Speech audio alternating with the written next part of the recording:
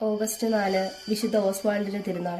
AD 605 നോർത്തുംബ്രിയയിലെ രാജകുടുംബത്തിലാണ് വിശുദ്ധൻ ജനിച്ചത്.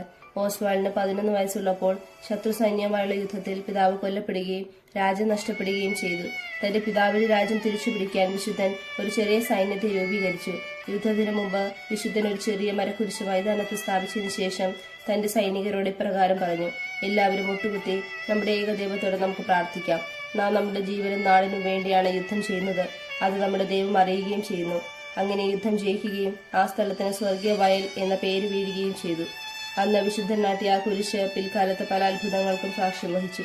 പിന്നീട് വിശുദ്ധൻ ആ രാജ്യത്തെ ജനങ്ങളെ ദൈവത്തിങ്കിലേക്ക് അടുപ്പിക്കുകയും ജനങ്ങളിൽ ക്രിസ്തീയ വിശ്വാസം വർദ്ധിപ്പിക്കുകയും ചെയ്തു. ഇക്കാലത്ത് മെർസിയയിലെ വിജാതീയ രാജാവായിരുന്ന പെണ്ട വിശുദ്ധന്റെ പ്രദേശങ്ങളിൽ ആക്രമണം അഴിച്ചുവിട്ടു. വിശുദ്ധ ഓസ്വാൾഡ് ഒരു ചെറിയ സൈന്യവുമായി പെണ്ടയെ നേരിടുകയും ആ യുദ്ധത്തിൽ വധിക്കപ്പെടുകയും ചെയ്തു.